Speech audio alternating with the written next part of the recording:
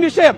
ഇത്രയും ആസൂത്രിതമായി ഈ സംഭവങ്ങൾ മുഴുവൻ ഇറങ്ങി വരുമ്പോ സംസ്ഥാനത്തെ മുഴുവൻ പാർട്ടി ഓഫീസുകൾക്ക് നേരെ, സ്ഥാപനങ്ങൾക്ക് നേരെ അക്രമം നടക്കുമ്പോ ഈ പോലീസിന് അറിയില്ല ഇവിടുത്തെ കുട്ടി സഖാക്കൾ ഇങ്ങോട്ട് വരുന്നു. ഇപ്പൊ വന്നിട്ട് ഗേറ്റ് കൂട്ടാൻ നിൽക്കുക. ഒരു പോലീസ് സ്റ്റാൻഡ് ഒരു ഒത്താശയും ഞങ്ങൾക്ക് വേണ്ട, ഒരു സുരക്ഷയും വേണ്ട. ഈ ഓഫീസിലിരിക്കുന്ന 5 ആളുണ്ടായാല് ഇവന്റെ ഒന്നും ഉമ്മാക്കിയോണ്ട് പേടിക്കാൻ നിൽക്കുന്നതാണെന്നല്ല. ഒരു തരത്തിലും ഈ പറഞ്ഞ SFI-കാരനോ DYFI-കാരനോ അങ്ങ് മൂക്കിക്കേറ്റി കയറിയെന്ന് പറഞ്ഞേ. ഈ ICU കിടക്കുന്ന മഹതി ഉണ്ടല്ലോ, നാടകത്തിന്റെ മുഖ്യനാടി മന്ത്രി വീണ ജോർജ്, എന്തൊക്കെ തോന്നിവാസം കാണിച്ചാലും ഈ നാട്ടിലെ ജനങ്ങൾ ഇതൊക്കെ കാണുന്നുണ്ട്. നിങ്ങളെ ഈ തോന്നിവാസം മുഴുവൻ ഏതാണ്ട് ഒരു മാസം കൂടെ ഉള്ളൂ. ബാക്കി എന്താ ചെയ്യേണ്ടത് നമുക്കറിയാം.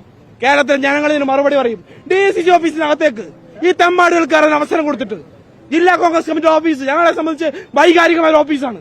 ആ ഓഫീസിനകത്തേക്ക് ഒരു മാന്യ മര്യാദയിൽ ഈ തെമ്മാട് കൂട്ടത്തിനെ കടന്നു വരാൻ പോലീസ് ഒത്താശ ചെയ്യുക. എന്ത് തോന്നിവാസം ഇത് അംഗീകരിച്ചു കൊടുക്കാൻ പറ്റുമോ?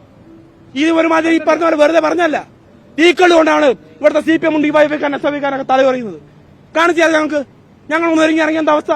ഒറ്റൊന്നിനെ പൊടി കണ്ടില്ല. ഇപ്പോ 5 ആള് മതി. ഈ പറഞ്ഞു നിൽക്കുന്ന ചോരത്തളപ്പിന്റെ പിള്ളേർ ഇഷ്ടം പോലെ ഈ പറഞ്ഞ പോലെ കെ സുധാകരന്റെ കുട്ടികൾ, സ്വണ കുട്ടികൾ ഇന്നും കണ്ണൂരുണ്ട്. അതുകൊണ്ട് അമ്മ ഈ ഒരു സംഭവത്തെ ആസ്പദമാക്കി പറയാൻ ആഗ്രഹിക്കുന്ന ഒറ്റ കാര്യമുള്ള സുഹൃത്തുക്കളെ, 2013 ഒക്ടോബർ 27 സമരത്തിന്റെ സമയത്ത് നെറ്റിയിൽ കല്ലുകൊണ്ടിട്ട് പ്രതികരിക്കാത്തൊരു മുഖ്യമന്ത്രി ഉണ്ടായിരുന്നു. പേര് ഉമ്മൻചാണ്ടി സാറ്. എത്ര ഭേദമാണ് എൻ്റെ സുഹൃത്തുക്കളെ, നിങ്ങളൊന്ന് ആലോചിക്കുക.